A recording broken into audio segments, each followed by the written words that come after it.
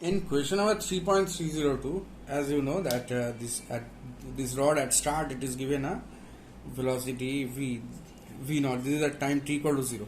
At any intermediate time t, we are considering this situation.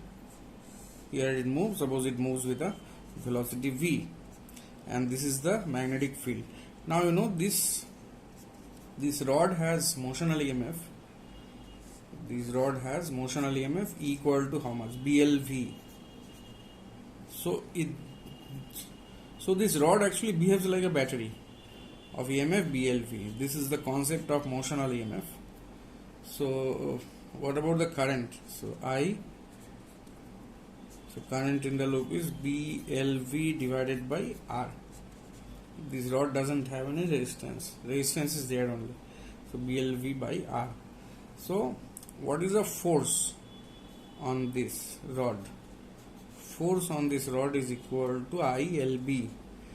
So we can write Newton's law for the rod. So m dv dt is equal to minus of ILB, that is minus of I, you can substitute from here, b square L square V by R.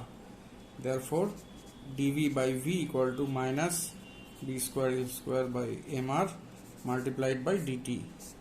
So here you go, v naught to v to 0 to t, distance covered by the rod until it comes to a standstill. Oh, there you get v as a function of t, but to calculate distance covered we can write dv dt as mv dv dx equal to minus b square L square v by R. So we will cancel out actually.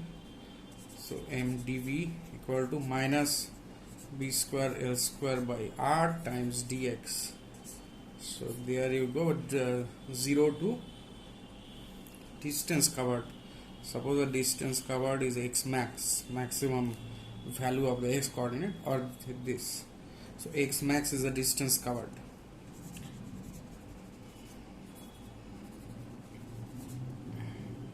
So here it is v naught to 0, that means the rod stops. So there m minus m v naught equal to minus b square L square by R times x max. So from here you calculate x max.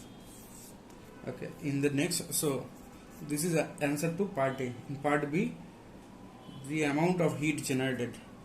So you can use work energy theorem directly. The heat generated is loss in kinetic energy of the rod. So these laws accounts for the heat generated. So total heat generated, loss in kinetic energy means half m v naught square.